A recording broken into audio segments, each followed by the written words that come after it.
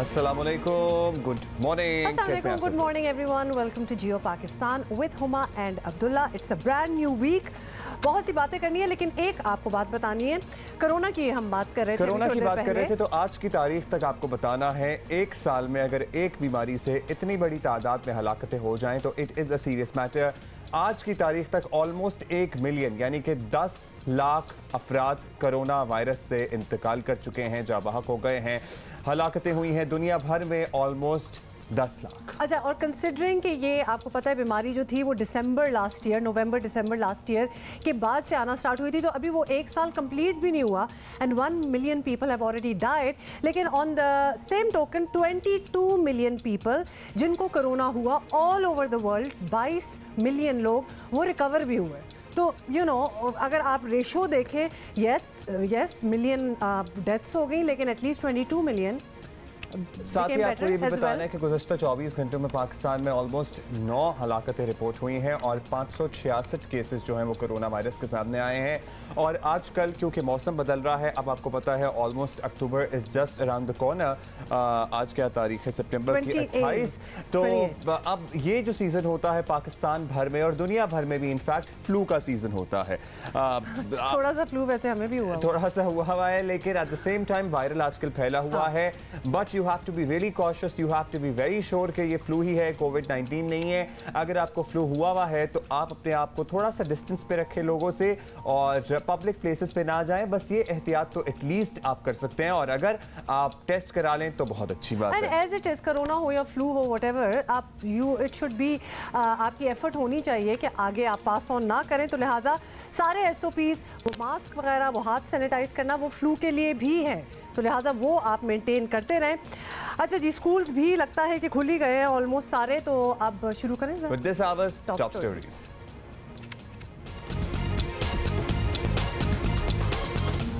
सिंध में आज से तमाम क्लासेस बहाल, लेकिन तालीमी इदारों में कोरोना SOPs पर पूरी तरह अमल नहीं हो रहा। सूबाई वजीर सेहत की परेशानी है, बेजा नहीं, एहतियात का दामन थामे रखना जरूरी है। तलाल चौधरी पर हमले का वाक़या ज़ेरे तफ्तीश है, पार्टी के साथ पुलिस भी तहकीकात कर रही है। ऐसे में हुकूमती रहनुमाओं की जानिब से सियासी पॉइंट स्कोरिंग अच्छी रिवायत नहीं।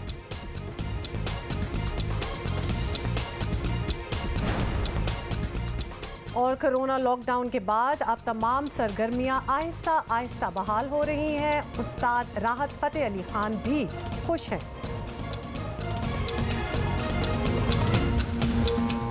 और वीकेंड पे मैं देख रहा था लोगों की इंस्टा स्टोरीज पे, राहत फ़तेह अली खान साहब ने माशाल्लाह दोबारा से महफिलें भी शुरू कर दी हैं। परफॉर्मेंसेस भी इनकी शुरू हो गई हैं, रौनकें बहाल हो रही हैं। इस बारे में भी हम आपको बताएंगे। अब सिंध में तमाम क्लासेस खोल दी गई। सिंध हुकूमत वफाक के साथ ना चलने के चक्कर में अजीब ही फैसले कर रही है। चंद रोज पहले NCOC इजलास में मुल्क भर में स्कूल खोलने का फैसला हुआ। पंजाब और खैबर पख्तूनख्वा ने फौरी तौर पर स्कूल खोल दिए, लेकिन सिंध हुकूमत प्राइमरी और मिडिल स्कूल 28 सितंबर यानी आज से 28 सितंबर तक मुअख्खर कर दिए।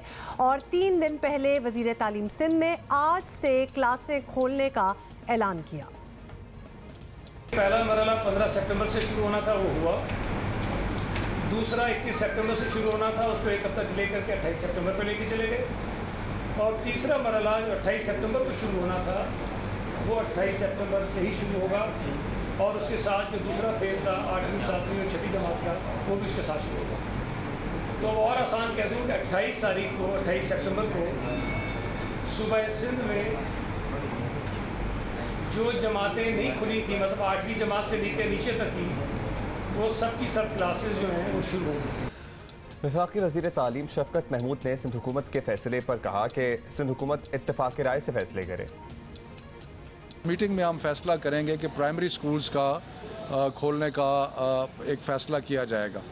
अभी तक जो हालात हैं और जो हमें अभी तक रिपोर्टें मिल रही हैं, मुझे यकीन है कि इंशाअल्लाह ताला 30 तारीख़ को सारे पाकिस्तान के प्राइमरी स्कूल जो हैं वो भी खुल जाएंगे। लेकिन इसका जो फाइनल फ़ैसला है वो national command and operation centre में होगा और वो इंशाअल्लाह 29 तारीख को होगा।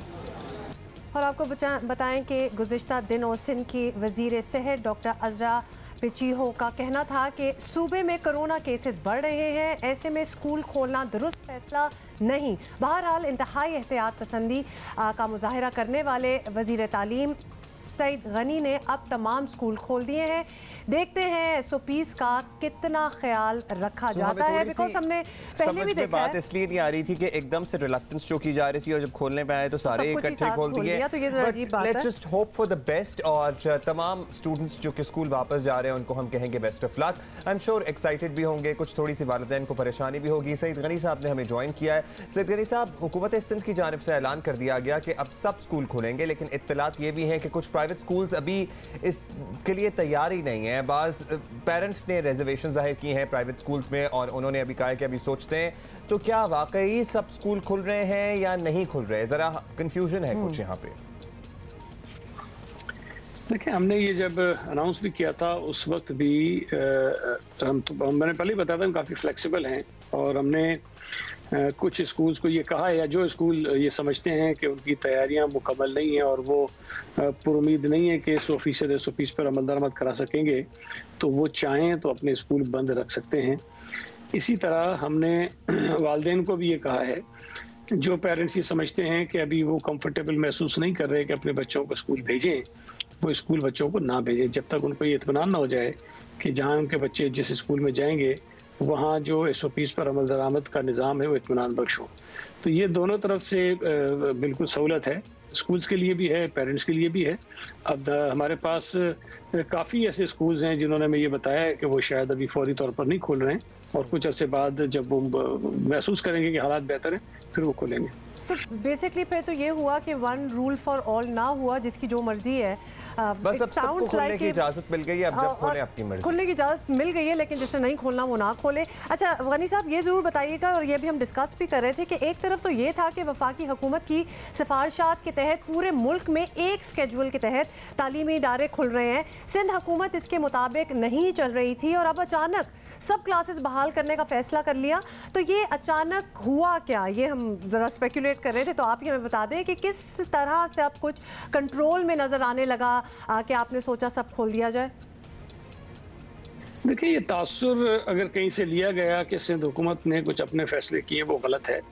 मैं इस बात की पहले भी वजाहत कर चुका हूँ कि जो हमारी इंटर प्रोविंशियल मिनिस्टर्स कमेटी है उसकी मीटिंग्स में जो तय हुआ था वो यही था कि 3 मराहिल में हमने तालीमी इदारे खोलने हैं और पहला मरहला 15 सितंबर को, दूसरा 21 सितंबर को, तीसरा 28 सितंबर से होना था।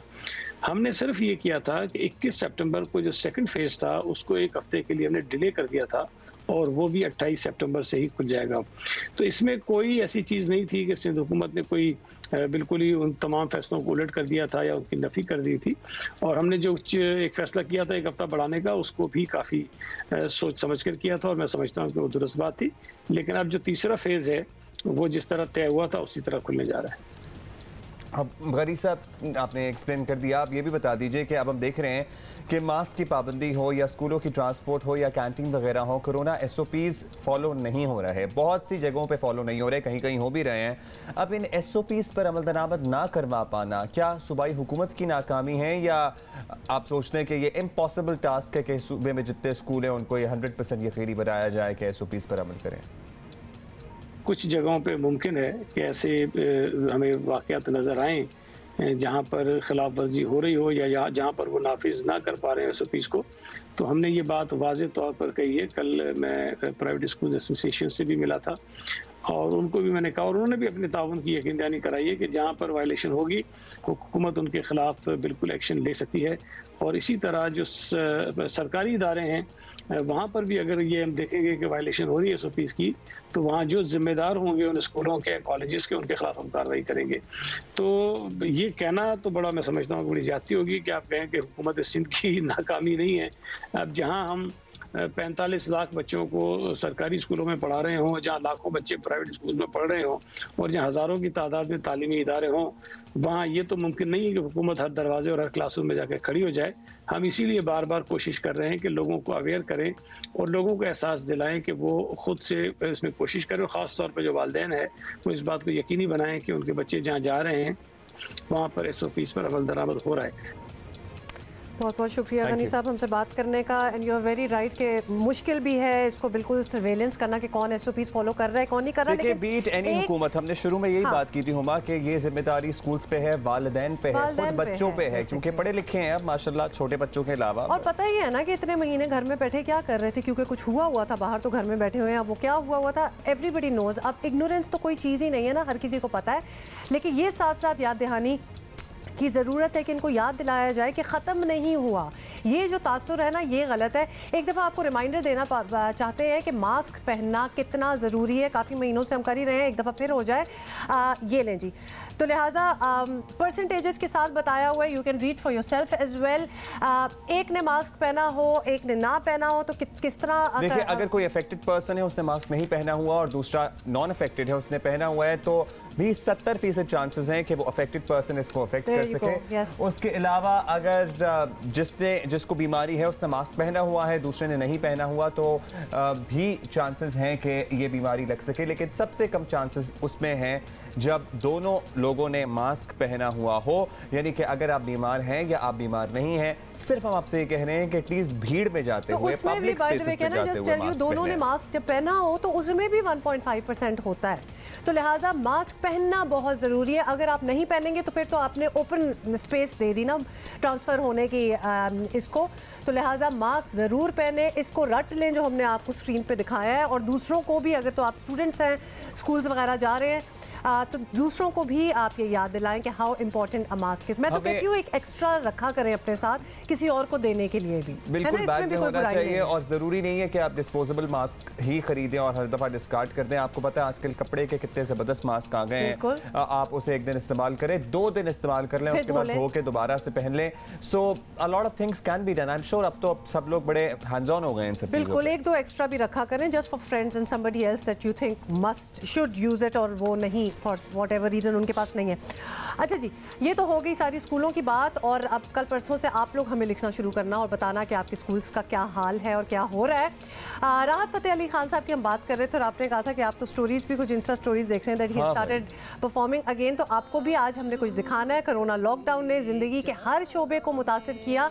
अब तमाम सरगर्मियाँ इंक्लूडिंग स्कूल्स आहिस्ता आहिस्ता बहाल हो रहे हैं। उस्ताद राहत फ़तेह अली खान भी इस सूरत हाल से खुश हैं। और क्यों खुश हैं ये हम आपको दिखाना चाहते हैं। खुद ही देख लें, खुद ही देख लें। This man is with me. Dangerous. Going to Islamabad after COVID-19. We are doing first show in Islamabad. This man is with me. Dangerous. बहुत ही खुश नजर आ रहे हैं।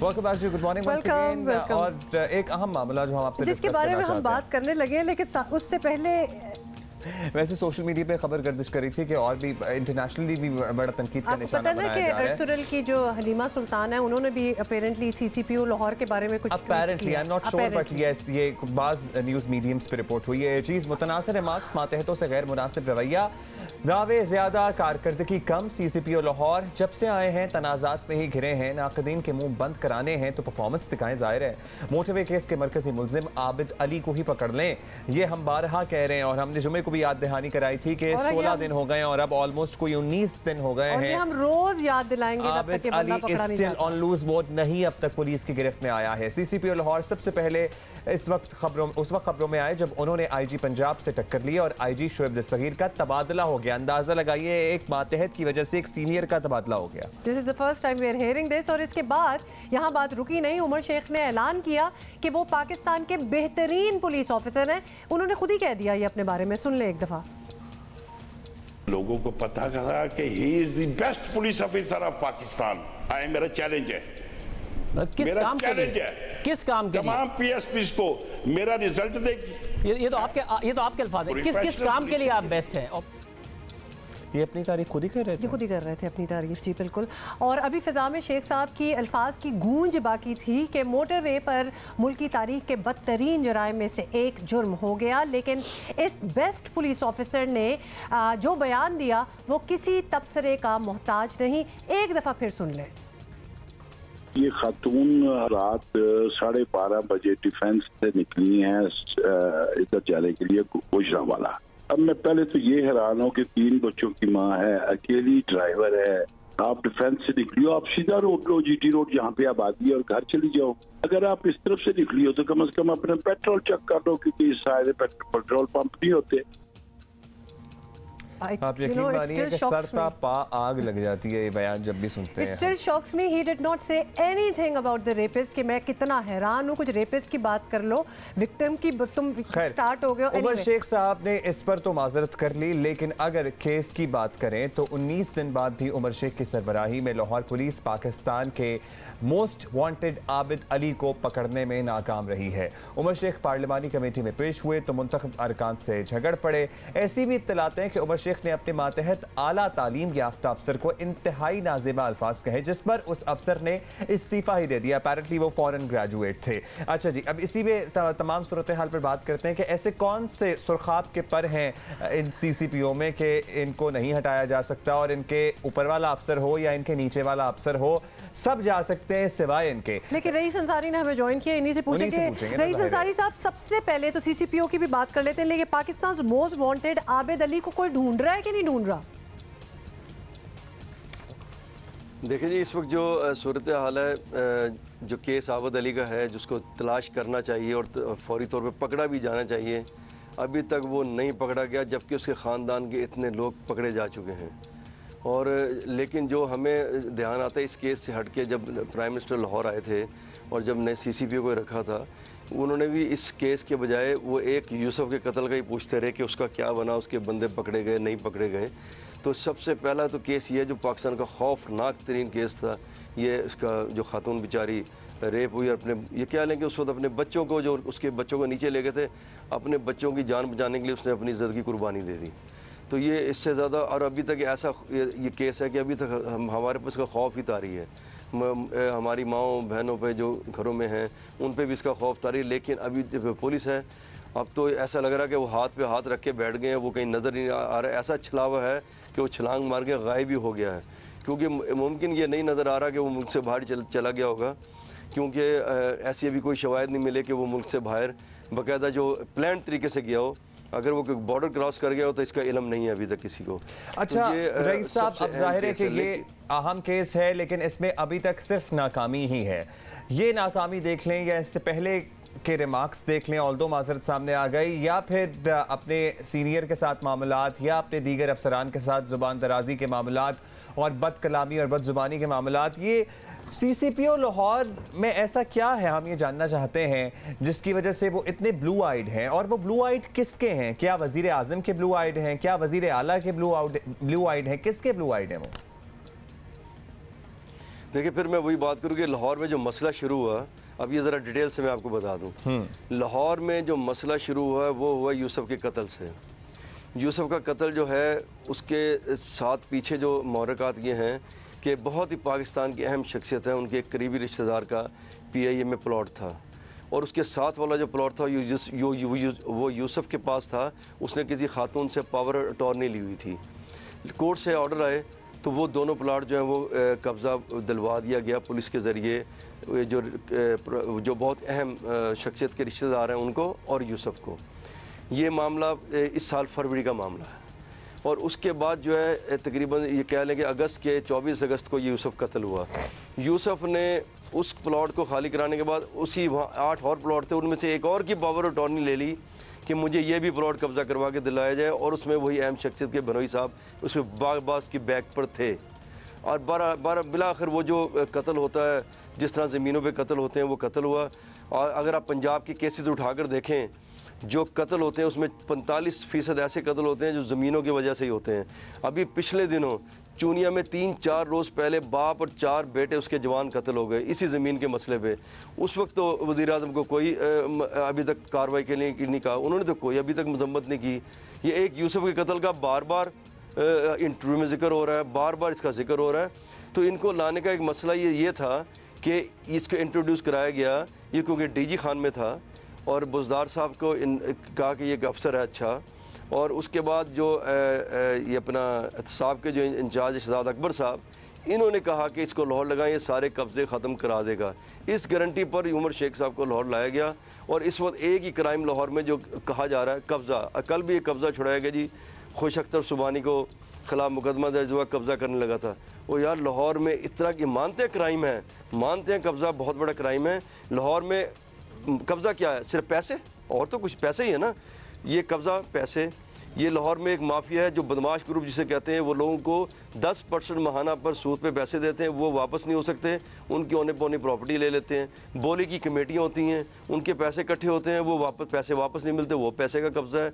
ये तो अब ये बड़ा सब क्राइम कुछ हो रहा है, तो ये उमर शेख साहब क्या कर रहे हैं फिर? ये सब कुछ खत्म कर दिया उन्होंने? अभी तक तो कुछ नहीं, अभी तक तो जो नज़र आ रहा है, कोई शिकायत करने आया, इसको बुलाओ अंदर कर दो, उसको बुलाओ अंदर कर दो, इसको बुलाओ इसको जेल कर दो, उसको हवालात में कर दो।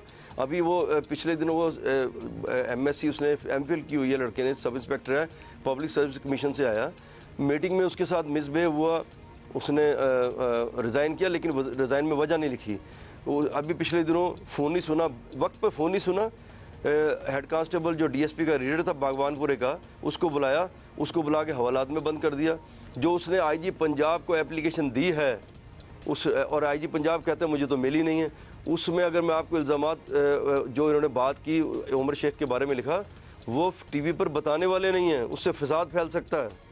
अच्छा, नहीं बता सकता, ऐसा लग रहा है, अजीब सी बात है, लेकिन बताइएगा, ऐसा लगता है कि IG पंजाब जो है वो खुद बेबस हैं और वो प्रॉबेबली वो खुद CCPO को कुछ नहीं कह सकते और उनको शायद ना ऑर्डर दे सकते हैं, ना उनसे कुछ पूछ सकते हैं। हमें तो उल्टा हिसाब लग रहा है यहाँ पे कि प्रॉबेबली CCPO ही कोई ऑर्डर ना दे देते हो IG पंजाब को, क्योंकि पहले भी तो उनकी वजह से बाकी भी हाँ, मैं वो भी बताता हूँ। ये आपने बड़ी बात की है। अभी पिछले दिनों एक मीटिंग लाहौर में भी, मैं ये नहीं नाम लेना चाहता कि मीटिंग कहाँ हुई, फिर हमें कोई तौहीन ना लग जाए हमारे पर। उसमें भी IG पंजाब बेबस नज़र आए CCPO के आगे। अब जिस CCPO से वज़ीर आज़म ही डायरेक्ट हो जाए तो उस पर फिर वो किसकी सुनेगा? जिस तरह पहले आज़म सुलेमान चीफ सेक्रेटरी को लगाया गया, प्राइम मिनिस्टर उससे डायरेक्ट हो गए, वो खुद एक नया चीफ मिनिस्टर पंजाब का बन गया, बुज़दार को एक तरफ कर दिया। तो इसके एक हायरार्की का एक सिस्टम है, फोर्स का एक सिस्टम है, उसके तहत ही चलना चाहिए। और ये जो ज़रूर सजाएँ दें, मैं नहीं कहता, अगर कोई पुलिस एहलकार अगर ज़्यादती कर रहा है, उसके खिलाफ शिकायत है, करप्शन की शिकायत है, गलत इन्वेस्टिगेशन की शिकायत है, ज़रूर करें। मैं कहता हूँ, लेकिन उसकी इंक्वायरी होनी चाहिए, प्रॉपर साबित हो, सज़ा दें, जेल में डालें। लेकिन जो ये सिलसिला चल रहा है, इससे लाहौर में जो है ना, पुलिस में इस पर रिजेंटमेंट बहुत ज़्यादा है। और आपको आखिरी में वाक़या याद करा दूँ, एक भावलपुर में ऐसे हो गया था, DIG ने गाली निकाली, कांस्टेबलों से गोली मार दी थी। तो इसलिए नहीं चले हम उसको हम नहीं याद करेंगे, लेकिन होपफुली हम करेंगे। हम यहाँ पे ये जरूर अर्ज करेंगे कि इन मामलात का नोटिस लिया जाए और जो हायरार्की है उसको डिस्टर्ब ना किया जाए, उसको मेंटेन रखा जाए। नहीं तो फिर जाहिर है बदजन होते हैं लोग, बददिली बढ़ती है। बहुत शुक्रिया आपका। तो इसी वजह से आते हैं ना, जब ऊपर नीचे का डिफरेंस ना नजर आ रहा हो। अच्छा जी, ये तो हम आपको एक अपडेट देना चाहते थे regarding what is happening in Lahore. और लेकिन एक दफ़ा फिर याद दिला दें कि वो मोटरवे रेप केस का जो मुलजिम है वो अभी तक पकड़ा नहीं गया, and the clock is ticking. Break के बाद मिलते हैं।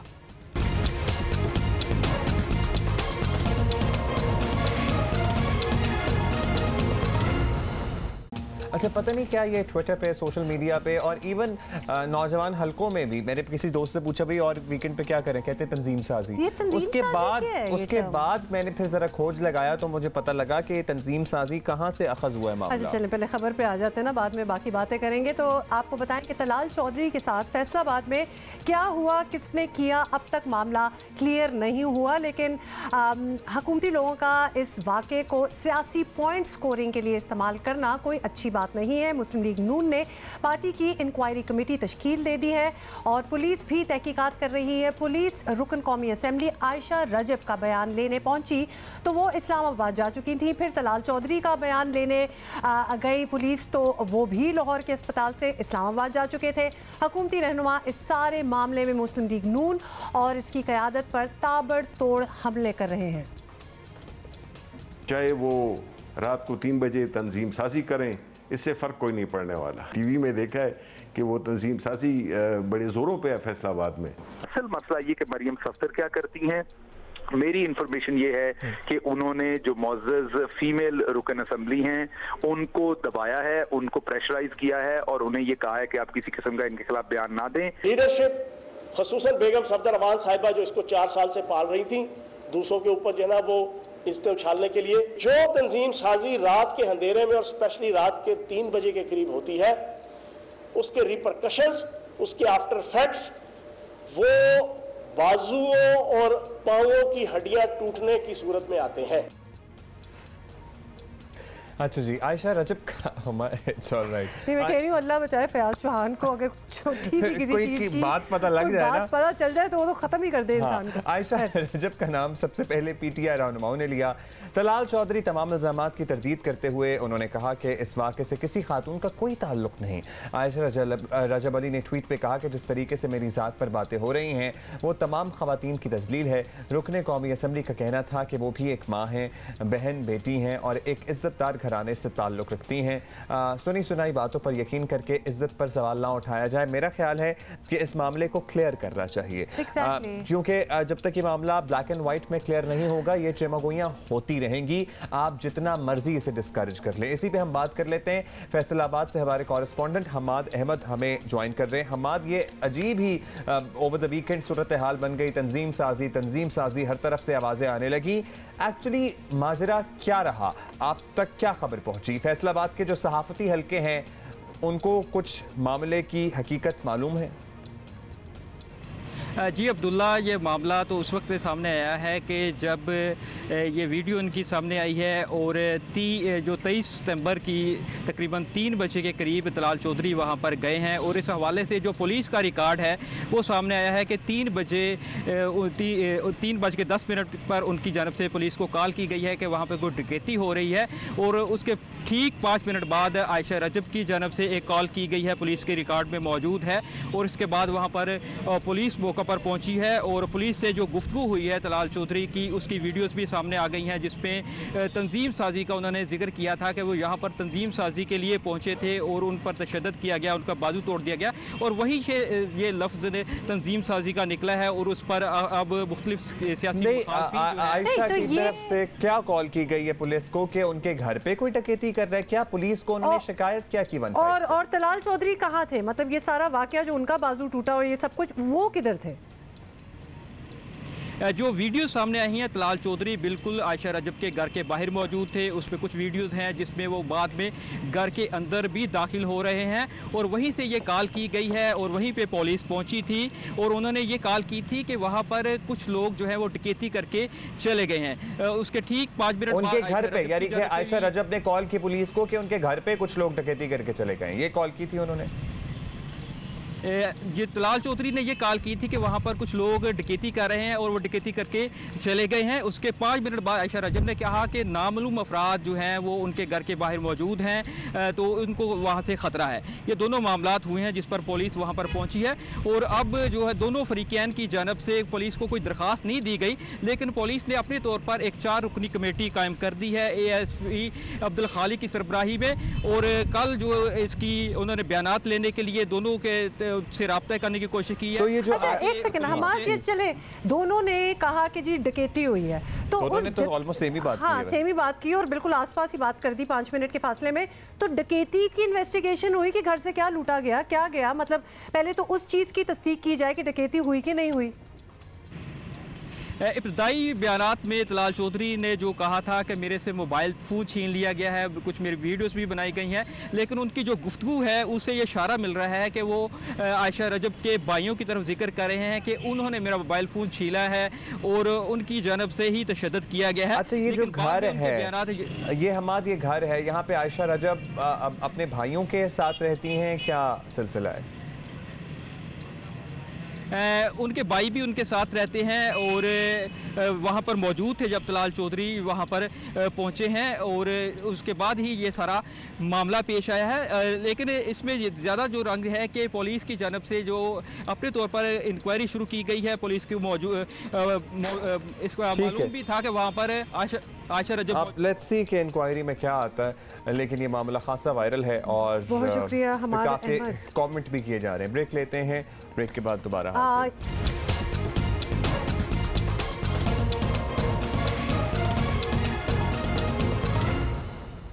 देखिए, सबसे पहले चूंकि हम वो टिकटॉक की बात कर ही रहे थे तो दोबारा उसके बारे में बात करते हैं कि पाकिस्तानी माशरे से फहाशी का खात्मा करना है। टीवी फिल्मों पर भी चेक रखेंगे और सोशल मीडिया पर भी वजीर आजम ने इंफॉर्मेशन मिनिस्ट्री को अहम टास्क दिया है। वजीर इत्तलात शिबली फराज का कहना है कि वजीर आजम इमरान खान माशरे में बढ़ती उरियानियत और फहाशी पर परेशान हैं और उन्होंने तमाम मुताल्लिका हुक्काम को इसकी रोकथाम की हिदायत भी की है। और द न्यूज़ से एक्चुअली बातचीत करते हुए शिबली फराज का कहना था कि वज़ीर आज़म इमरान खान ने इस मामले पर 15 या 16 मरतबा उनसे बात की है। वज़ीर आज़म चाहते हैं कि फहाशी की रोकथाम के लिए जामे हिकमत अमली बनाई जाए। वज़ीर आज़म खुद भी इस मामले पर तशवीश का इजहार कर चुके हैं। दुनिया की तारीख में आप एक चीज़ देख लें कि जब आप एक माशरे में फाशी बढ़ाते हैं, दो चीज़ें होती हैं, एक सेक्स क्राइम बढ़ जाती है, दूसरी आपका ख़ानदानी निज़ाम तबाह हो जाता है। याद रखें कि जब आप ये फाशी लेके आते हैं माशरे में, इसका डायरेक्ट इम्पैक्ट सेक्स क्राइम पे पड़ता है और आपका फैमिली सिस्टम पे पड़ता है। वज़ीर इत्तलात शिबली फराज के मुताबिक उन्होंने वज़ीर आज़म इमरान खान को बताया कि सबसे पहले ऐसी ऐप से रब्ता किया जाएगा ताकि जिन पर गैर अखलाकी या फहश मवाद शेयर होता है। ज़राए के मुताबिक इमरान खान ने अपने खुसूसी मावन बराए इत्तलात लेफ्टिनेंट जनरल आसिम बाजवा से कहा है कि वो मुल्की ड्रामों और फिल्मों को गैर अखलाकी और फहश मवाद से पाक करने के लिए मौसर हिकमत अमली बनाए। तो ये डायरेक्टिव्स ऑलरेडी जा चुके हैं। जो ड्रामे वाले हैं, फिल्मों वाले हैं, वो भी अब सोच रहे हैं कि क्या अब सिलसिला आता है सामने। सेनेटर फैसल जावेद साहब, who's going to draw that line? Who's going to decide what is and what is not? What is not? Senator Faisal Javed साहब हमारे साथ मौजूद हैं। बहुत शुक्रिया सेनेटर साहब। सेनेटर साहब, वज़ीर आज़म इमरान खान ये बात बार बार कह चुके हैं कि मुल्क के मसाइल की एक बड़ी वजह फहाशी का फ़रोग़ पाना भी है। अब बज़ाहिर इस बात में मंतक आज सच कोई नहीं है, लेकिन कि जिन जराइम का कहा गया है वो उन जगहों पर भी हो रहे हैं जहां इतने मामलात खुलेआम नहीं होते हैं, जहां पर लोगों को मेन स्ट्रीम मीडिया तक एक्सेस नहीं है। अब क्या उन्होंने सोचकर ये कहा है और किन पाबंदियों की बात कर रहे हैं वो?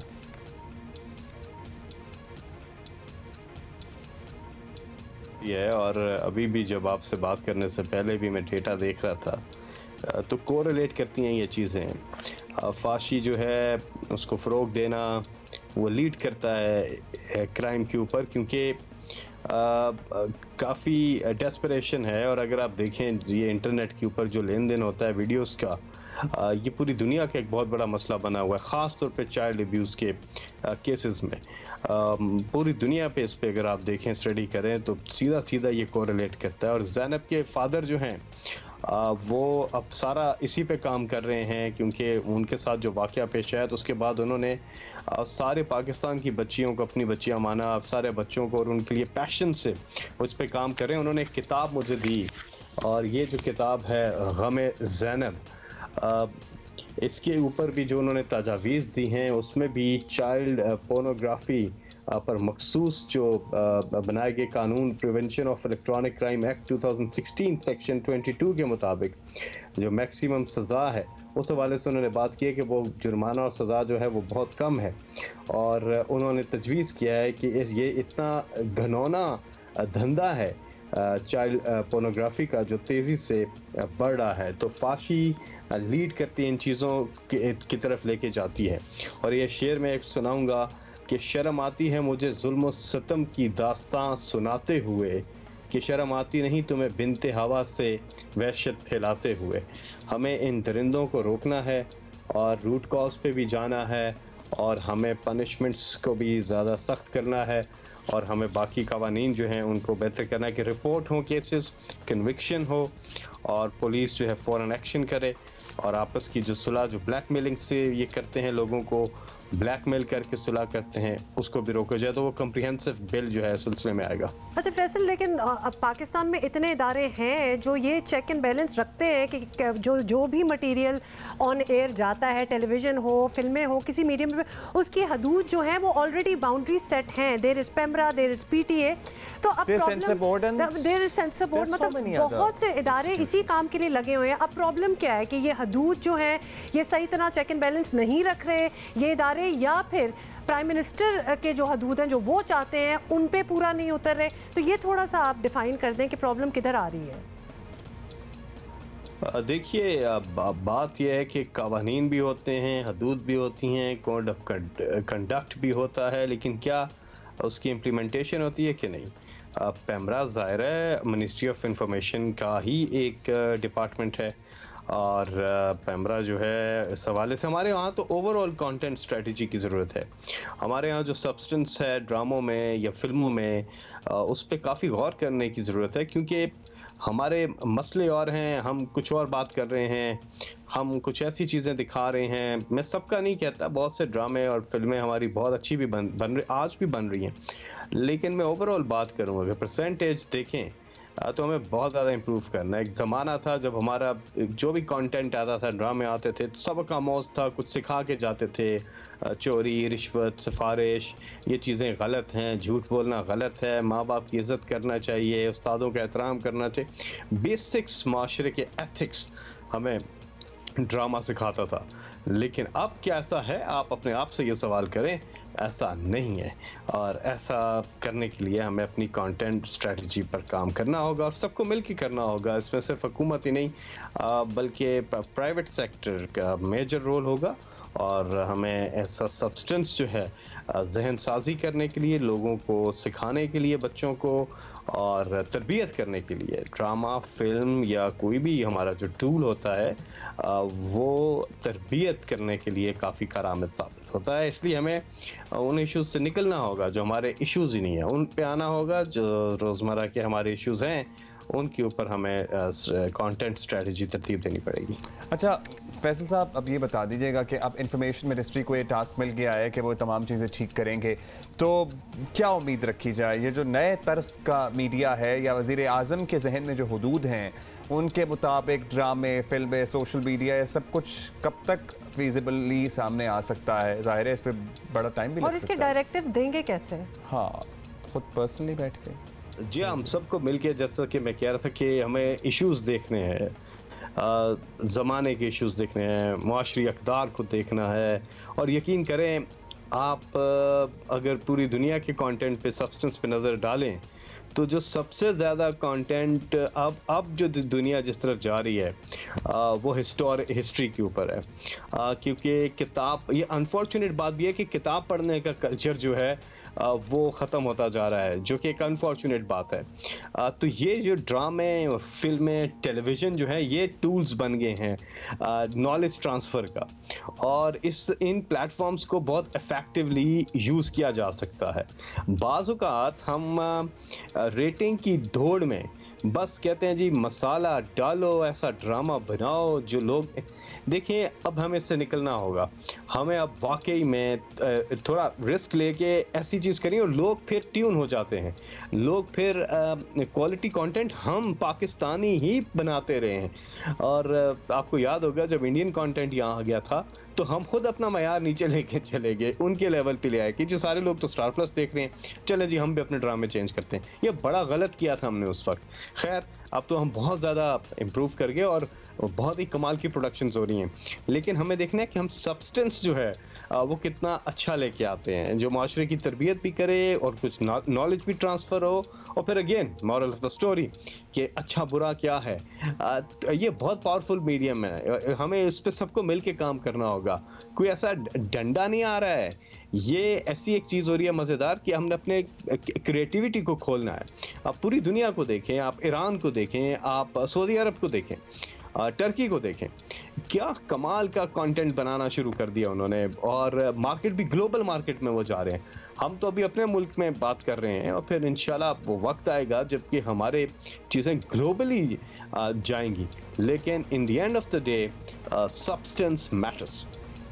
नहीं, content is indeed the king. बहुत शुक्रिया आपका फैसल जावेद साहब। Content is indeed the king, लेकिन हमारे यहाँ आपने खुद ही कह दिया कि बड़ा अच्छा काम भी हो रहा है, तो हमारे यहाँ भी बड़ी अच्छी कहानियाँ और बड़ी अच्छी प्रोडक्शंस हो रही है। पहले इसलिए शायद हुआ आसान होता था क्योंकि एक ही ड्रामा होता था जो पूरे मुल्क में देखना होता था, और वो आप अब इतने ज़्यादा चैनल्स हैं, तो ज़्यादा हैं, 500 ड्रामे हैं, 500 टाइम स्लॉट्स पर होते हैं, तो मे बी उसको मॉनिटर करना शायद मुश्किल काम है, लेकिन इस सब में भी अच्छा काम भी हो रहा है। I will agree that maybe all of them stretch their boundaries a little, लेकिन रियलिटी है, मतलब हर चीज़ आपको पता है कि हो ही रही है माशरे में जो फिर ड्रामे में भी आ जाती है।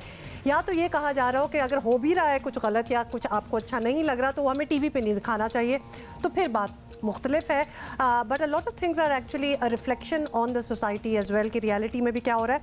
हम एक और पर्सपेक्टिव लें इस पर। हमारा तो ड्रामा अब भी दुनिया में एक्सपोर्ट हो सकता है और देखते हैं लोग। अभी भी नेटफ्लिक्स पे हमारे कितने ड्रामे 2 4 5 तो मैंने खुद ही देखे हैं। सो हम भी बड़ा अच्छा काम कर रहे हैं। जहां आपने और मुल्कों का जिक्र किया तो drama is our strength, there is no doubt about it. और आपने फैसल वैसे आपने फिर वो हिस्टोरिकल पर्सपेक्टिव की भी बात की कि ज़्यादातर दुनिया में अब वो हिस्टोरिकल की तरफ जा रहे हैं।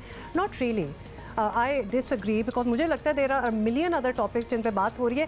वो अर्तुगरुल की वजह से हमें लगना स्टार्ट हो गया कि एक हिस्टोरिकल पर्सपेक्टिव है, वो इन इट सेल्फ डिबेटेबल है by the way whether it's true history और नॉट, बट हर किस्म की चीज़ बन रही है, ऐसी तो कोई बात नहीं है। अच्छा, अनदर पर्सपेक्टिव और सोशल मीडिया राइट्स तंजीम बोलो भी के डायरेक्टर हैं उसामा खिलजी, उन्होंने हमें ज्वाइन किया है, उनसे भी बात करते हैं। अच्छा उसामा, वज़ीर आज़म ये समझते हैं कि पाकिस्तान में बहुत से मसाइल फहाशी और उरियानियत की वजह से और सोशल मीडिया ऐप्स जो हैं उनका कंटेंट मॉनिटर्ड नहीं है और उनकी वजह से ये सारी चीज़ें सामने, जराइम भी सामने आ रहे हैं, खासतौर पे टिकटॉक पे बहुत ज़्यादा है। हाँ, तो आप इससे एग्री करेंगे? जी, मेरे ख्याल से टिकटॉक वगैरह पे फहाशी का जो है पाकिस्तान के मसाइल को टिकटॉक पे फहाशी से लिंक करना मुनासिब काम नहीं है। अगर आप देखें जो ये ज़ाती वाक़यात हो रहे हैं ख़वातीन के साथ, बच्चों के साथ, इनका मसला जो है दीगर है। आप देखें अभी CCPO लाहौर ने किस किस्म की स्टेटमेंट्स दी, उससे हमें पता चलता है कि किस किस्म की माइंडसेट प्रिवेल करता है हमारे जो लॉ इन्फोर्समेंट अथॉरिटीज़ हैं। तो उसमें टिकटॉक का मेरे ख्याल से उसकी मसला नहीं है, मसला है जेंडर सेंसिटाइजेशन का हमारी लॉ इन्फोर्समेंट में। और दूसरा मसला ये है कि जो कन्विक्शन है, जो हमारा लीगल और जस्टिस सिस्टम है कानून का, उसमें अगर इस तरह के दरिंदगी के क्राइम्स करने वाले लोगों को आप जो है सज़ा नहीं देंगे, उनकी परसेंटेज बहुत ज़्यादा लो है, तो लोग ये इस तरह के काम करते रहे हैं। तो मेरे ख्याल से मसला जो है वो कवानीन का नहीं है या मसला जो है टिकटॉक का नहीं है। मसला ये है कि हमारा जो कानून का निज़ाम है और पुलिस का निज़ाम है, उनमें मसाइल है और उनको फिक्स करने की ज़रूरत है। सोशल मीडिया पर इसका इल्ज़ाम लगाना मेरे ख्याल से अपनी ज़िम्मेदारी को सही तरह नहीं देख रही है ये हुकूमत। I agree with you Usama, क्योंकि बहुत चीज़ों को ब्लेम किया जा रहा है कि ये हुआ क्यों, इस वजह से हुआ, ये क्यों हुआ, उस वजह से हुआ। अब लिटरली टिकटॉक ऐप आप डाल लें, को एजुकेशन भी बहुत से लोग कह रहे हैं, कितने रेपिस्ट हैं जो कि को एजुकेशन स्कूल में पढ़े हैं। बहुत से सवाल इस किस्म के उठते हैं कि आप गलत जगह पे ढूंढ रहे हैं कि रीज़निंग क्या है। खैर एनीवे जी, वज़ीर आज़म ने हुकाम को कह दिया है कि वो बढ़ती फहाशी का नोटिस लेने के लिए ज़्यादा बेहतर मॉनिटरिंग करें ये सारी ऐप्स वगैरह के लिए। बट हमारा ये सवाल है कि ऑलरेडी PTA जो है वो मौजूद है इस काम के लिए, तो क्या प्रॉब्लम क्या है कि PTA अपना काम बेहतर अंदाज से नहीं करी, कि मॉनिटरिंग नहीं कर रही, ये या फिर किसी और को ये काम दे देना चाहिए? आप क्या सोच रहे हैं इस बारे में?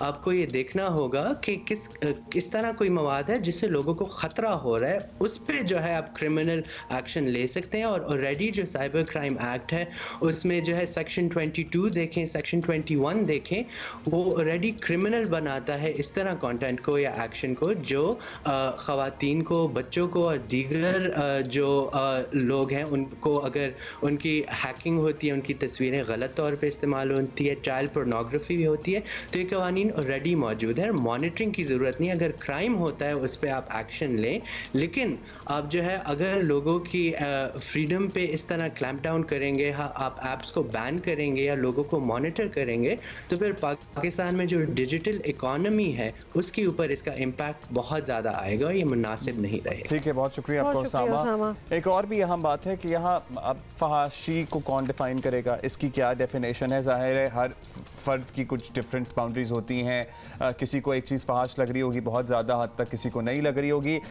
तो कहाँ वो बैलेंस मेंटेन किया जाएगा जहाँ हुकूमती पॉलिसी पर भी अमल दरामद हो जाए और सोशल मीडिया की अगर पर्टिकुलरली बात करें तो आज़ादी इज़हार राय को सल्ब करने की हद तक पाबंदियाँ ना आ जाए ना सामने। और सारे का सारा इन्हिसार जो है रिस्पॉन्सिबिलिटी खुदा के लिए ख़वातीन पे ना डाली जाए कि जस्ट बिकॉज उसने अपने घर से बाहर कदम कैसे रखा तो फहाशी फैल गई। अच्छा, वैसे प्लीज़ ये जो चीज़ है ना इसको दिमाग से ज़रा निकाल दीजिए। टिकटॉक हमारा देखने का इत्तेफाक हुआ है, ऐसे कोई ऑब्सीन कंटेंट हमने नहीं देखा उस पर कि बहुत ही मायूब बात हो जाए। और अगर अगर कभी किसी ने लगा भी दिया तो ये टिकटॉकर्स जो अपने इलाके में, अपने मोहल्लों में, अपने शहरों में बड़े मशहूर होते हैं, तो उनको बैकलैश वहीं से आ जाता है, because they have to live in the same society.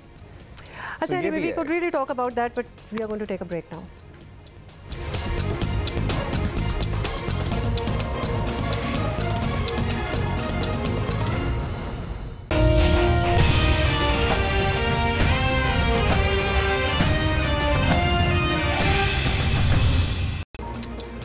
Welcome back. और एक बात जो हम भी करते रहते हैं, पाकिस्तान में भारत वाला हाल तो नहीं है, लेकिन यहाँ भी अवामी टॉयलेट्स की कमी का एक बहुत बड़ा मसला चल रहा होता है हमेशा। वैसे टॉयलेट्स होते भी हैं ना, तो माशाल्लाह इस कदर गंदे होते हैं, दूर से पता चल जाता है यहाँ कोई टॉयलेट है, क्योंकि वो जो स्मेल होती है, then you don't even want to go close to it, अगर होते हैं तो।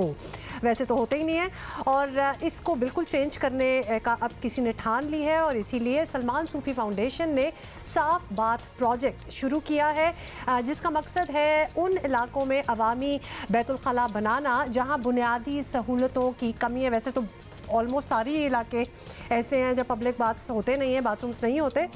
कल कराची की ली मार्केट में पहला बैतुल खला कायम कर दिया गया, और जिसकी कल ओपनिंग भी हुई है। ये सिस्टम काम कैसे करेगा, अब्दुल्ला और मेरे बड़े सवाल भी थे शुरू में, हम सोच भी रहे थे। साहब से जानेंगे, who is joining us on a video link. बहुत शुक्रिया सलमान, आप बड़े अच्छे काम करते हैं, एक और उस फहरिस्त में इजाफा हुआ है। लेकिन अब मुझे ज़रा टेंशन शुरू हो गई है कि आप जितने काम करते आ रहे हैं उन पे फिर आप चेक एंड बैलेंस भी रखते हैं कि वो जिस अंदाज में शुरू किए थे वो उसी तरह चले भी आगे। जी बिल्कुल, बहुत शुक्रिया Abdullah and Huma. I am very happy today कि हमारा ये एक बहुत बड़ा पुराना प्रोजेक्ट का ख्वाब था जो कि कंप्लीट हुआ है, और दैट्स एग्जैक्टली जो आपने क्वेश्चन पूछा है कि इसकी मेंटेनेंस इज नंबर 1 इशू। इसीलिए हमने इसका नाम ही साफ बात रखा है कि साफ बात पब्लिक टॉयलेट्स बनाने का मकसद ये है कि ये हमेशा साफ है, और हमारी डेडिकेटेड टीम है जो कि इसके ऊपर डिप्लॉय होएगी। तो ये इस तरह नहीं होगा कि जिस तरह आपने पब्लिक टॉयलेट बना के छोड़ दिया जिसकी वजह से वो नहीं काम करते और गंदे हो जाते हैं। यहाँ पे हर यूज के बाद हमारा जो प्रोफेशनली स्टाफ है जो कि ट्रेंड है वो जाके अंदर उनको क्लीन करेगा, उसको मेंटेन करेगा।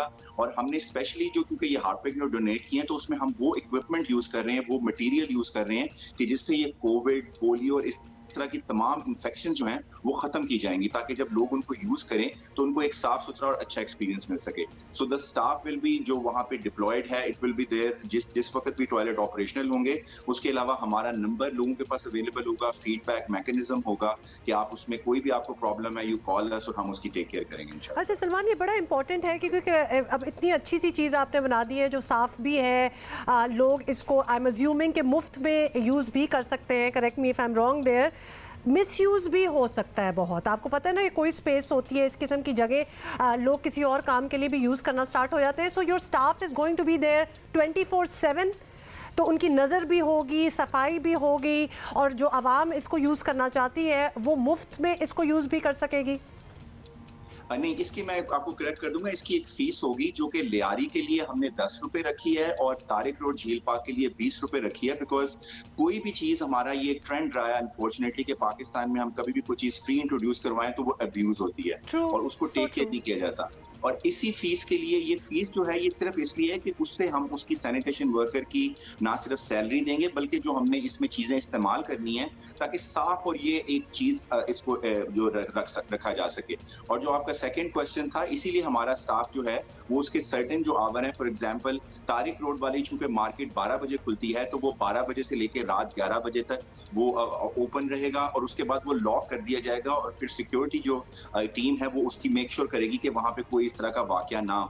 और ली मार्केट का जो लियारी का एरिया है वो सुबह 10 बजे से ऑपरेशनलाइज हो जाया करेगा और वो रात को 10 बजे तक उसकी ऑपरेशन जो है वो चलता रहेगा। अच्छा, अब तो सलमान, आपने जाहिर है ये आपने इनिशिएटिव लिया, ये प्रोग्राम शुरू किया, इससे पहले आपने कुछ स्टडी की होगी। हम भारत को बड़ा तनकीद का निशाना बनाते हैं कि टॉयलेट नहीं है। हमारे यहाँ टॉयलेट्स की क्या सूरत हाल है अवेलेबिलिटी की, पर्टिकुलरली ख़वातीन के लिए? और ये जो टॉयलेट्स आपने बनाए हैं ये सिर्फ ख़वातीन के लिए डेडिकेटेड है या अलग-अलग है? Can I just add to this Salman के अगर बाकी मुल्कों से, हालांकि कंपैरिजन वैसे हमें तो करना नहीं चाहिए, लेकिन जापान वगैरह में देखें तो गवर्नमेंट ऐसे टॉयलेट्स जो हैं, ऐसे बाथरूम जो हैं बनाती हैं और चलाते भी हैं। I guess we can't compare with that. इसमें सबसे पहले जो अब्दुल्ला का मैं क्वेश्चन जवाब दूं कि हमारा जो है अनफॉर्चुनेटली, ये बिल्कुल आपने जो बात कही थी बिल्कुल ठीक, कि हम 5 जो टॉप ममालिक हैं पूरी दुनिया में, जो हमारी रिसर्च थी, हम उन 5 ममालिक में हैं जहाँ पे ओपन डेफिकेशन होती है और जहाँ पे कोई प्रॉपर पब्लिक सैनिटेशन सिस्टम मौजूद नहीं है। तो साफ बात, पहला ऐसा privately manage public sanitation system है कि जिसको हमने पूरे पाकिस्तान में फैलाना है, और इसका मकसद ये है कि हम पाकिस्तान को इस लिस्ट से निकालें और अपने लोगों को एक क्लीन और प्रॉपर टॉयलेट दें। अब हुमा का जो क्वेश्चन था कि ये सिर्फ औरतों के लिए नहीं, ये ट्रांसजेंडर्स, औरतों और मर्दों और डिसेबल्ड लोगों के लिए हमने इसको देख के डिजाइन बनाया। इसमें डिसेबल्ड लोगों के लिए एक रैंप है, औरतों का अलहदा सेक्शन है जिसमें डायपर चेंजिंग स्टेशन भी मौजूद है, मर्दों का अलहदा सेक्शन है जिसमें यूरिनल्स भी मौजूद हैं, और ये प्रॉपर एक पूरा मैकेनिज्म है जिसके साथ कर रहे हैं। और पूरी दुनिया में भी अगर आप देखें कि हमारे पब्लिक टॉयलेट्स अनफॉर्चुनेटली फेल इसी होते हैं क्योंकि जो गवर्नमेंट जब उनको बनाती है तो वो एक तरह का फ्री रखती है या उसकी मेंटेनेंस नहीं रखती। ये हमेशा से, आप लंदन चले जाएं, आप न्यूयॉर्क चले जाएं, पेरिस चले जाएं, तो प्राइवेट कंपनीज को ही गवर्नमेंट ने आगे से आउटसोर्स किया होता है। They charge a fee and they keep it clean. तो वही मॉडल हम यहाँ पे कर रहे हैं। हम सिंध गवर्नमेंट के साथ मिलकर हमने इसको स्टार्ट किया है हार्टविक के साथ।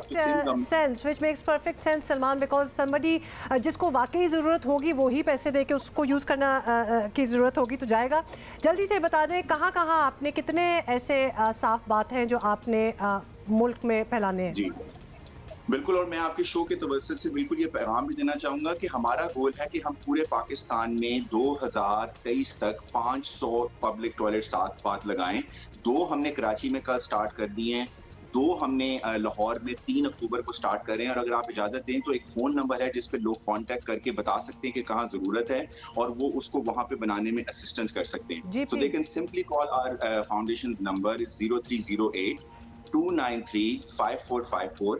सो जहाँ पे भी आपको लगे कि इसकी जरूरत है और जहाँ पे आप चाहते हैं कि इसको आप वहाँ पे हमारी मदद करें, कॉज है मदद करने के लिए। बहुत शुक्रिया आपका Salman Sufi. This is, I am sure a lot of people are going to get attracted और they want to, you know, आप किसी की जिंदगी में सहूलत दे रहे हैं, कितना बड़ा सवाब आपको मिलेगा। एक ह्यूमन नीड है, मतलब ये तो एक लग्जरी नहीं है। When you have to go, you have to go. और बहुत ही अफसोस की बात है कि we are one of those 5 मुल्क कंट्रीज इन द वर्ल्ड जहाँ के ओपन डेफिकेशन होती है, यानी बेचारे कोई प्राइवेसी नहीं होती। तो लिहाजा ये सलमान सूफी ने नंबर भी दिया, एक दफ़ा मैं दोबारा रिपीट कर रही हूँ, 0308-293-5454। आप अगर किसी स्पेसिफिक जगह आपको पता है कि वहाँ बिल्कुल ही कोई टॉयलेट नहीं है और कोई और जगह नहीं है एक्सेप्ट फॉर ओपन एयर में कर रहे हैं लोग, तो प्लीज आप इस नंबर पे कॉल करें। पैसे डोनेट कर सकते हैं, जगह दे सकते हैं जहाँ पर ये सेटअप कर सके, कुछ भी कर सकते हैं। ज़ाहिर है कंटेनर्स मेकशिफ्ट ही हैं, ये सारे इस तरह पक्की जगहों पे तो नहीं बनाए हुए, सो आप मदद कर सकते हैं। अच्छा, अब हम जो है ना ज़रा अपने कप्स, अपने ग्लास में तो बचा के रखे हुए, क्योंकि मुझे लग रहा था कि ये हमारे जो अगले मेहमान हैं ये इसी पे हमला ना कर दे। और मेरे साथ ही बैठे हुए हैं तो मैं भी कहीं इधर कर लेती हूं, तोड़ फोड़ना यहाँ शुरू हो जाए जनाब, क्योंकि वो हर जगह बैठ के कोई रिकॉर्ड बना लेते हैं। हमारे पास बहुत से लोग आते हैं, बड़े टैलेंटेड होते हैं, लेकिन ये जो साहब है ना, ये एक्चुअली फख्रे पाकिस्तान में इन्हें कहता हूँ अब, क्योंकि जिस तरह से एकदम से ये मंजर है, काम तो बड़े अरसे से कर रहे हैं, लेकिन हर शख्स का एक टाइम होता है ना, जिस तरह एकदम से अब मेन स्ट्रीम मीडिया पे इनको पसंद किया जा रहा है, इनको रिकग्नाइज किया जा रहा है। हमें लग रहा है कि ये बहुत पहले हो जाना चाहिए था, क्योंकि जिन्होंने करना था वो तो पहले से कर रहे हैं रिकग्नाइज। बिल्कुल, हम बात कर रहे हैं राशिद नसीम साहब की, और राशिद नसीम साहब के कारनामे तो आप स्क्रीन पे देख ही रहे हैं। वैसे ये 1-2 हफ्ते पहले हमारे शो पे आए हुए थे, लेकिन अपने रिकॉर्ड्स के लिए नहीं,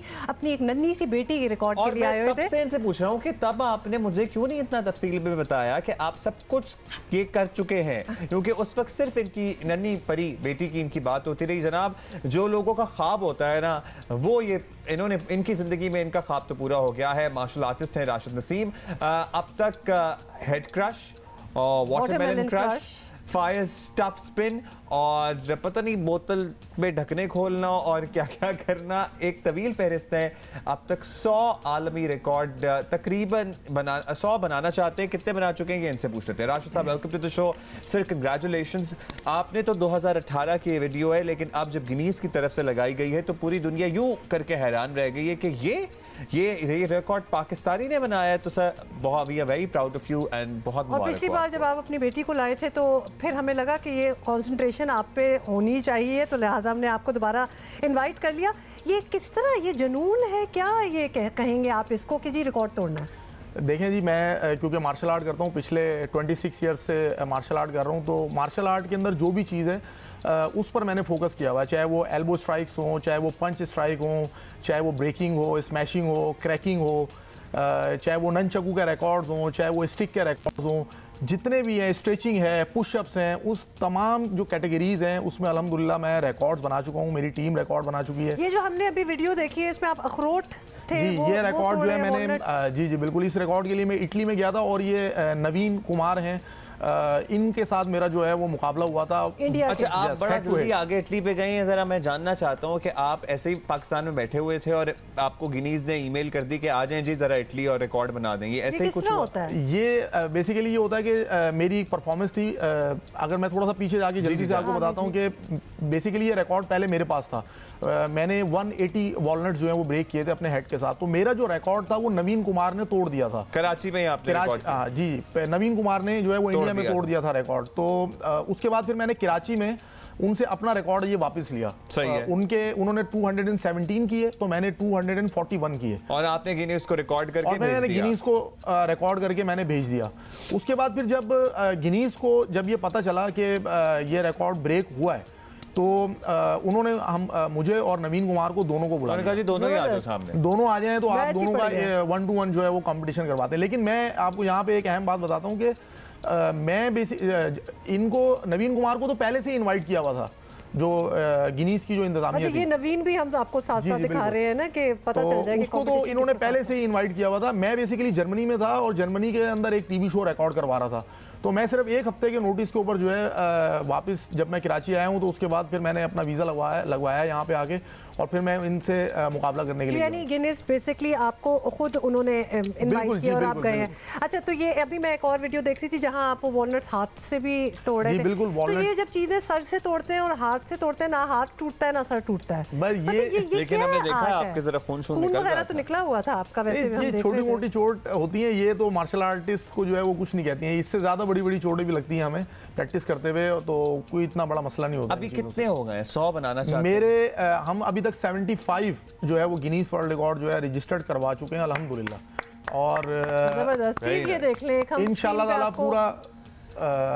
ये क्या तोड़ है? ये ग्रीन कोकोनट है, ये मैंने अपने हेड के साथ जो है वो 1 मिनट में जो है 35 जो है वो ब्रेक किए थे और ये रिकॉर्ड भी मेरा बड़ा जमाना रहा। मेरे सर में दर्द शुरू हो गए देख के, क्योंकि जो हरा नारियल होता है ये तो बड़ी ही मुसीबत से छुरी से और हथौड़ी से भी नहीं टूटता, ये तो आप सर से तोड़े हैं आप। अच्छा, सबसे मुश्किल रिकॉर्ड जो आपने बनाया वो किस चीज का था, जो आपको खुद को लगा कि मुझे लग रहा है ये नारियल? देखिए, मुझे अपने जो सबसे ज्यादा जो रिकॉर्ड्स वैसे पसंद है वो तो ननचकू के रिकॉर्ड ज्यादा पसंद है, लेकिन मुश्किल रिकॉर्ड्स के अंदर क्योंकि 60 रिकॉर्ड्स हैं तो 4-5 रिकॉर्ड ऐसे हैं जो मुझे ज्यादा मुश्किल लगते हैं। उसमें एक ग्रीन कोकोनट का रिकॉर्ड काफी मुश्किल लगती है। इसके अलावा एक ब्राउन कोकोनट मैंने 84 अपने सर के ऊपर रख के तोड़वाए थे, वो बड़ा एक टफ रिकॉर्ड था। किससे तोड़वाए थे आपने? बेसबॉल बैट के साथ। क्या मतलब? वो इंडिया का रिकॉर्ड ही था ये, तो वो एक मैंने ब्रेक किया था। आपके सर पे कोकोनट ब्राउन कोकोनट रखा हुआ था और उसको बेसबॉल बैट के साथ। और ये कौन था जो आपके सर पे बेसबॉल? मेरे स्टूडेंट थे, उनके साथ कोऑर्डिनेशन था, तो हमने। मेरी बात सुने, वक्त का कोई पता होता है, कोई इधर उधर थोड़ा सा कोऑर्डिनेशन हो जाता तो फिर क्या होता? ये बेसिकली आप प्रैक्टिस इतनी कर रहे होते हैं तभी तो आप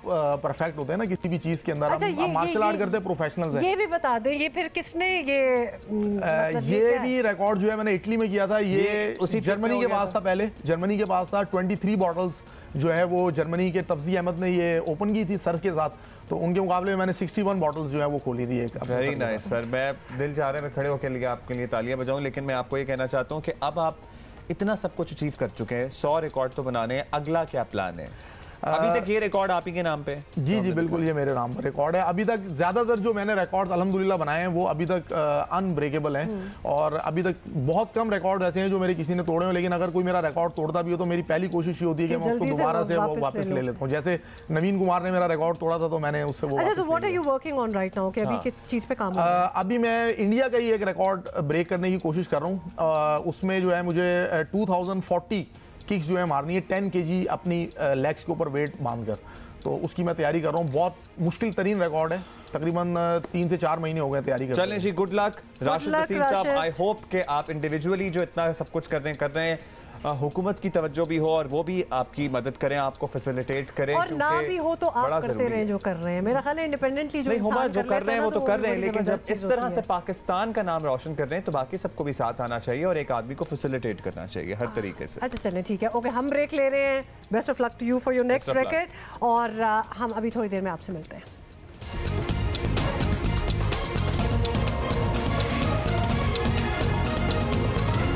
वेलकम बैक। और आपको बताएं कि कल in fact if you live in Karachi तो आपको पता ही होगा कि कल कराची के हकूक़ के लिए जमात इस्लामी ने एक रैली निकाली थी।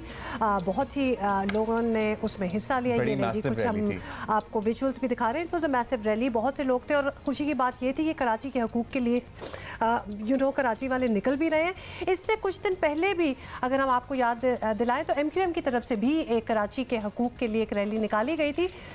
सवाल ये है कि ये रैलीज कितनी मौसर होती हैं और कितनी इफेक्टिव होती हैं। हाँ, और इससे कराची के हुकूक मिलने में कितनी मदद मिलेगी, ये बड़े अहम सवालात हैं हमारे। और हमें ज्वाइन किया अमीर जमात इस्लामी हाफिज़ नईमुर रहमान साहब ने। हाफिज़ साहब, हम ये सवाल कर ही रहे हैं और आप हमारे साथ हैं, आपसे पूछ लेते हैं कि ये रैली निकालना बहुत अच्छी बात है। एटलीस्ट आपको ये तासुर तो मिल ही जाता है कि कितने लोग चाहते हैं कि बेहतरी आए, जो हकूक़ हैं जो शहरियों के वो उनको मिले, लेकिन इफ़ेक्टिव कितनी होती हैं, इसके बाद क्या होता है फिर? ये बहुत अहम बात है कि अगर रैली सिर्फ सियासी मकासद के लिए हो, पार्टी पॉलिटिक्स के लिए हो, तो जाहिर सी बात है कि वो होती है और ख़त्म हो जाती है। पार्टी का नाम थोड़ा बहुत ऊंचा जाता है, खबरें लग जाती हैं। लेकिन आप ये देख रही हैं कि मुसलसल हम कई बरस से कराची के जो कोर इश्यूज हैं, आपने देखा होगा हमने के इलेक्ट्रिक के हवाले से कंसिस्टेंट मूवमेंट चलाई और अब इस नतीजे पे पहुंच गया है कि अब ये फंस गए। सुप्रीम कोर्ट तक बात चली गई है, नेपरा की हेयरिंग हो गई है, हम हर जगह पहुंचते थे, सड़कों पे भी रहते थे, रैलियां भी निकालते थे। तो अब ये एक चीज कहीं पर जा रही है और इनका लाइसेंस इंशाल्लाह कैंसिल होगा। इसी तरह ये आबादी वाला मसला जो है बहुत क्रिटिकल मसला है और ये हमें पूरा गिना ही नहीं गया। हम 3 करोड़ हैं, हमें 1.5 करोड़ गिनते हैं।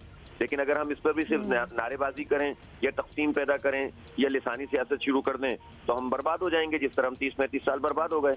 अब हमें मुत्तहिद होकर बात करनी है। इसलिए जमात इस्लामी अगर किसी चीज को टेकअप करती है तो सीरियसली करती है, क्योंकि हमने कोई काम भी आप देखें पिछले अरसे में, कोरोना रिलीफ हो, बारिश के मुतासरीन हो। तो फिर विद द सेम टोकन अगर वैसे हमने जिक्र किया जी MQM की भी थी, कराची के हकूक के लिए रैली आपकी भी थी, तो क्यों ना सारे मिल के कर लें तो ज़्यादा इफेक्टिव नहीं होगा? क्योंकि बात तो गैर सियासी है। हाँ, वो तो लोगों के हवाले से नहीं है। असल में देखें चीजें कंफ्यूज हो जाती हैं। जो बर्बादी के असबाब हों उनके साथ आप मिलकर काम करेंगे तो जाहिर सी बात है चीज तो कंफ्यूज हो जाएगी ना। जिसने मतलब मुझे तफसील, आपका मॉर्निंग शो का पैटर्न भी ये नहीं होता, मुझे मालूम है, मुझे तफसील में जाने की जरूरत भी नहीं है। सानिया बल्दिया का भी ताज़ा ही फैसला आया है और ये सब चीजें लोगों की याददाश्त में है। अब एक जेन्युइन तरीके से वो अपने आप को फिर वो यकीनन आपका इशारा MQM की तरफ है, लेकिन वो अपने आप को MQM लंदन और पाकिस्तान अब जरा वो कहते हैं जरा हम डिस्टेंट हो गए हैं, वो जो बर्बादी के फैक्टर्स थे अब देखो यार, ये तो बात बहुत अच्छी है ना कि जो पकड़ा जाए वो लंदन और जो रह जाए। अच्छा चले, आप ये बताइएगा हाफिज साहब, आपका प्लान क्या है? ये जो गिनती वाला मामला है ना, ये बड़ा अहम है, क्योंकि जब तक ये मसला हल नहीं होगा मेरा नहीं ख्याल बाकी भी कोई मसले हल हो सकते हैं। नहीं, एक नंबर 1 मसला गिनती जिससे नुमाइंदगी का मसला है, दूसरा मसला बाइख्तियार शहरी हुकूमत, तीसरा मसला कोटा सिस्टम। आपको तो पता ही नहीं, हमारे नौजवानों को तो पता ही नहीं चलता उनके हक पर किस तरह डाका मारा जा रहा है। और बदकिस्मती आप अभी इनकी बात कर रहे थे ना, बात तो वही निकल कर आती है ना, फिर आप कहते हैं इकट्ठा। इन्होंने तो मिलकर PTI के साथ गैर मुअय्यना मुद्दत के लिए कोटा सिस्टम बढ़ा दिया। अब आप बताइए मैं इनके साथ कैसे रैली निकालूं? इन्होंने ही तो जो है वो मुलाजिमतों में हमारे जाली डोमिसाइल बन कर सारे काम हो रहे हैं। ये लोग हुकूमतों में शामिल हैं। अच्छा, इलेक्ट्रिक को हम डूब रहे हैं और के इलेक्ट्रिक जो है वो शहरी हुकूमत के बारे में तो वो भी अपना दुखड़ा बयान करते हैं। अब बताइएगा अब आगे प्रोग्रेस कैसे करनी है? ये आपकी मोमेंटम, ये जो मूवमेंट्स, रैलियां, ये इसी तरह जारी रहेगी? क्या सिलसिला, प्लान क्या है? नहीं देखें, अभी आपने कल शो देखा, अल्लाह का शुक्र है आपने उनका भी देखा, सबका देखा और सबको हक हासिल है कि वो प्रोग्राम करें। लेकिन आपने कल देख लिया कि जिस तरह चार्ज लोग थे, खवातीन थी, बच्चे थे, और ये एक मतलब एक कराची तब्दील होने जा रहा है, मैं आपको बता रहा हूँ। और आप ये देखें, इसके बाद हमने 14, 15, 16 तारीख को रेफरेंडम तय किया है 4-5 कोर इश्यूज के ऊपर। गली गली, मोहल्ले मोहल्ले, घर घर जाएंगे तो लोगों की राय लेंगे और फिर उसके बाद हम ये बल्दियाती जो एक्ट है जो हमें बर्बाद करके रख रहा है और हमें इख्तियार नहीं दे रहा इसके खिलाफ हम उसके बाद फर्दर एक्शन लेंगे। हम ये असम्बलियां नहीं छोड़ेंगे, इन जागीरदारों पे नहीं छोड़ सकते। गुड लक जी। हाफिज नईमुर रहमान साहब हमारे साथ मौजूद थे। वो कहते हैं जी अब हम मजीद आसरा नहीं करेंगे, we have to work now, और हमें कराची के हक के लिए आवाज़ उठानी है। भाई जो भी शहर की बेहतरी के लिए आवाज़ उठाएगा लोग उसके साथ ही होंगे, चाहे वो कोई भी सियासी जमात हो। अब ज़रा आगे बढ़ेंगे। इंतखाबी इस्लाहात का इजलास हो या फिर इस्तीफ़ों का मामला, अपोजिशन इत्तेहाद अब भी एक सफ़े पर नहीं है। एटलीस्ट नज़र तो नहीं आता कि वो एक सफ़े पर हैं। इत्तेहाद की क़यादत तर्जुमानी किसी एक के पास हो तो शायद बात बने। मुस्लिम लीग नून, पीपल्स पार्टी, जमीयत उलमा इस्लाम फ़े ने स्पीकर कौमी असम्बली की जानिब से गिलगित बल्तिस्तान इलेक्शन से मुताल्लिक तजावीज़ के लिए पार्लिमानी रहनुमाओं के इजलास में शिरकत से इनकार कर दिया है। अब इसका क्या फ्यूचर है, लेट्स सी। बिल्कुल जी, और इसी पे हम बात करेंगे। पीपल्स पार्टी के रहनुमा नैयर बुखारी ने हमें ज्वाइन किया। नैयर साहब, सबसे पहले तो आपसे पूछेंगे कि एक तरफ अपोजिशन के लोग कहते हैं कि इंतखाबी इस्लाहात की ज़रूरत है, लेकिन जब स्पीकर साहब बुलाते हैं तो आप लोग जाते नहीं, तो क्या ये दोहरी पॉलिसी नहीं हुई? अगर कहीं डेडलॉक आ जाता है तो अगर गवर्नमेंट इनिशिएट करती है तो कुछ एक न्यूट्रल पर्सन के वो गवर्नमेंट के और अपोजिशन के दरमियान नेगोशिएशन करा सकता है, लेकिन स्पीकर ख़ुद तो कानून साजी में या रिफॉर्म्स में उसका अपना कोई किरदार नहीं है। और बिलखुसूस स्पीकर जो उनका रवैया ये पिछले अरसे में जो जॉइंट सेशन में जो उनका रवैया था उससे अपोजिशन नाला थी। असम्बली कवायद के मुताबिक जब भी लीडर ऑफ अपोजिशन या लीडर ऑफ हाउस वो माइक मांगे, वो फ्लोर मांगे तो स्पीकर को देना पड़ता है, लेकिन जॉइंट सेशन में लीडर ऑफ अपोजिशन मुतालबा करते रहे कि उनका फ्लोर दिया जाए, वो बहस में हिस्सा लेना चाहते हैं, वो अपना मौक़िफ़ पेश करना चाहते हैं, लेकिन स्पीकर का रोल बिल्कुल पार्टिजन था। और फिर जो रवैया गवर्नमेंट का रहा इसमें एपीसी जब हुई 20 सितंबर को तो वहाँ पे एपीसी में 12 जमातें मौजूद थीं और एक डिक्लेरेशन था। उस डिक्लेरेशन में ये बात वाज़ह है कि आइंदा से हम हुकूमत के साथ तावन नहीं करेंगे, असम्बली के अंदर भी और बाहर भी। तो अब स्पीकर मैं समझता हूँ कि बिलखुसूस कानून साजी उन्होंने गिलगित बल्तिस्तान के हवाले से कहा। स्पीकर की अपनी जो जुरिस्डिक्शन है वो गिलगित बल्तिस्तान पे बनती नहीं है, क्योंकि गिलगित बल्तिस्तान की कोई नुमाइंदगी पार्लियामान में मौजूद नहीं, वहाँ की नुमाइंदगी ना सेनेट में है ना नेशनल असम्बली में है। तो स्पीकर साहब से हमारा सवाल है कि आप किस कैपेसिटी में ये मीटिंग बुला रहे हैं और पार्लियामानी लीडरों को बुला रहे हैं। बहुत शुक्रिया आपका बुखारी साहब। जाते हुए इजाज़त लेते हुए हम अपने एक साथी रियाज शाकिर को याद करना चाहेंगे। हमारे सीनियर कोर्ट रिपोर्टर थे जो लाहौर से हमें सुप्रीम कोर्ट रजिस्ट्री और हाई कोर्ट की खबरें दिया करते थे, वो अब हम में नहीं रहे हैं। अल्लाह ताला उनके अहले खाना को सब्र दे, उनके दर्जात बुलंद करे। And it was really shocking and very very sad news. He's been a part of our show so many times. तो उनको तो यकीनन उनकी यादें हमेशा हम में रहेंगी। अभी हम आपसे इजाज़त लेंगे और इंशाअल्लाह we are going to see you tomorrow. खुदा हाफ़िज़।